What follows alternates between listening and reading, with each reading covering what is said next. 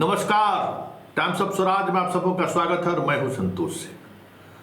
देखिए, जब से हम आपके साथ जुड़े हैं, खास करके शिक्षक और शिक्षा प्रेमियों के साथ, हम कभी कभी आप सबों से आग्रह करते हैं कि देखिए, ज़्यादा से ज़्यादा लोग हमारे चैनल को, आप जो आपका चैनल है उसको सब्सक्राइब करिए। मतलब बताइए, 5 लाख से अधिक लोग शिक्षक हैं और आपके चैनल का कितना सब्सक्रिप्शन है वो देख लीजिए।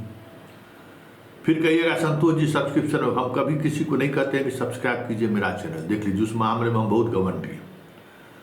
लेकिन कल जो कुछ भी हुआ ना, तो मुझे फिर एक बार एहसास हुआ कि नहीं, सरकार पर और तंत्र पर जवाब देने के लिए जो इंडिविजुअल कैपेसिटी में जो हम लड़ाई लड़ते हैं ना, उस कैपेसिटी का दायरा और मजबूत होगा, बढ़ेगा, जब आप सब लोग, हम लोग साथ एक प्लेटफॉर्म पर आ जाए। देखिए, कल ही सुबह में हमने चलाया था कि काउंसलिंग में क्या समस्याएं हो रही हैं, किस तरीके से टीचर को टॉर्चर होना पड़ रहा है। तो शिक्षा विभाग ने एक नीतिगत निर्णय लिया है कल, और हमसे लंबी बातचीत हुई। और संयोग देखिए कि शाम में उन्होंने नोटिफिकेशन भी निकाल दिया, और आज सुबह सुबह हमें जानकारी भी दे दी गई। जानकारी क्या है कि अब शिक्षकों को अपने स्कूल से प्रखंड शिक्षा कार्यालय, बीआरसी या जिला शिक्षा पदाधिकारी के कार्यालय में जाने की जरूरत नहीं है। अब हर शनिवार को स्कूल में दरबार लगेगा, जिसमें शिक्षक की समस्याओं का समाधान या शिक्षक की समस्याओं का, शिक्षकों के की क्या समस्या है, इसको अधिकारी पॉइंट आउट करेंगे और उसका कैसे समाधान होगा, कहाँ से समाधान होगा, वो उस अधिकारी की जिम्मेवारी होगी। अगर मुख्यालय से समाधान होगा तो वो मुख्यालय का से वो पत्राचार करेंगे।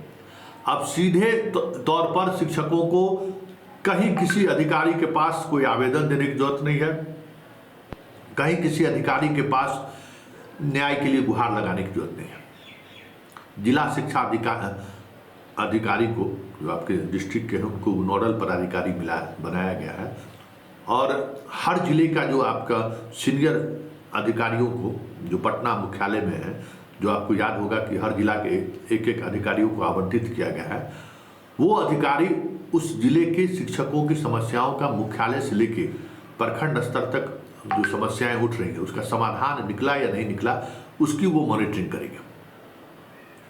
मतलब क्या है, शनिवार को जिला शिक्षा अधिकारी अधिकृत करेंगे कि आज हम पूरे जिले के कितने स्कूल में हम लोग शिक्षकों से संवाद करेंगे, शिक्षकों का दरबार लगाएंगे।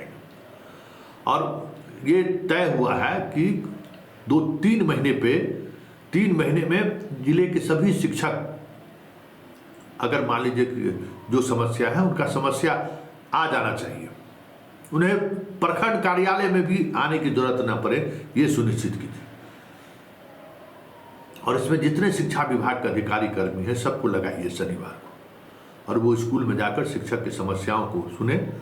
उसके अगर तत्क्षण कोई समाधान उसका निकल सकता है तो समाधान करें, फोन से बात करने से अगर समाधान निकल सकता है तो समाधान निकालें। उस दिन जिला मुख्यालय से लेके, प्रखंड मुख्यालय से लेके राज्य स्तर तक जो जिस के नोडल पदाधिकारी हैं, वो फोन पर भी उपलब्ध रहेंगे पूरे दिन, और उसका रिपोर्ट सीधा ACS को जाएगा कि हमने शिक्षकों से जुड़ी हुई, क्योंकि पटना आने की जरूरत ना पड़े।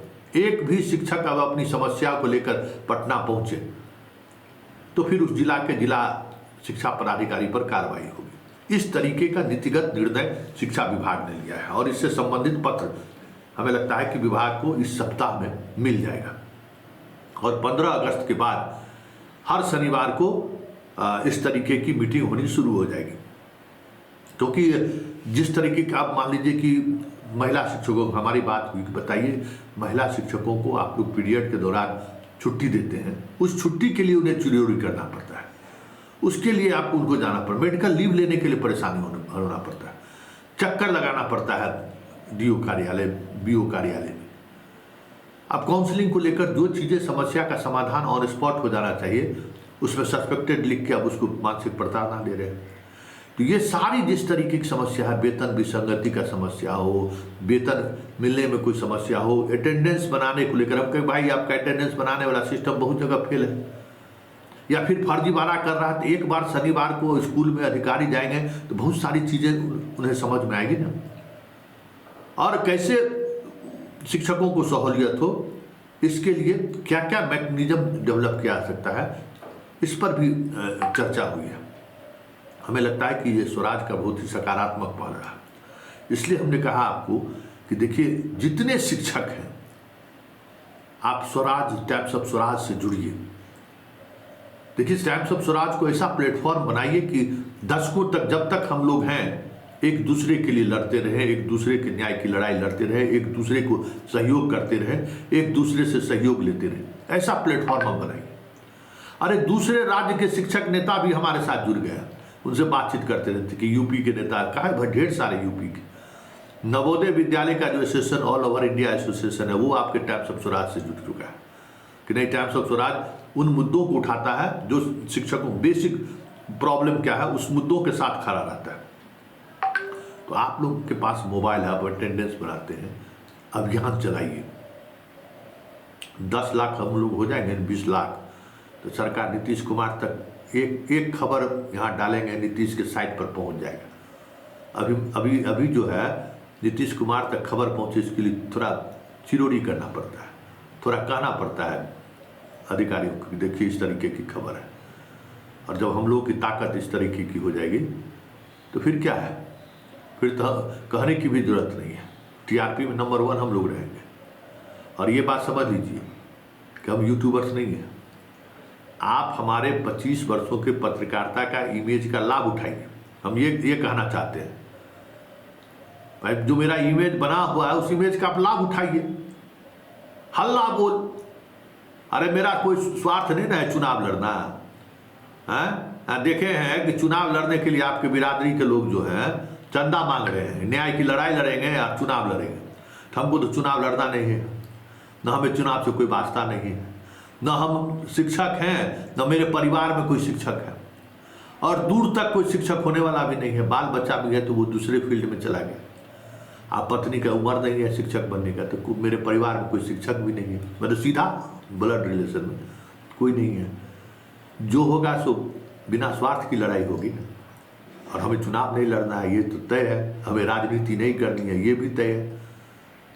तो हो जाइए ना, हम सब लोग मिल जाएं एक प्लेटफॉर्म पर, फिर देखिए क्या होता है।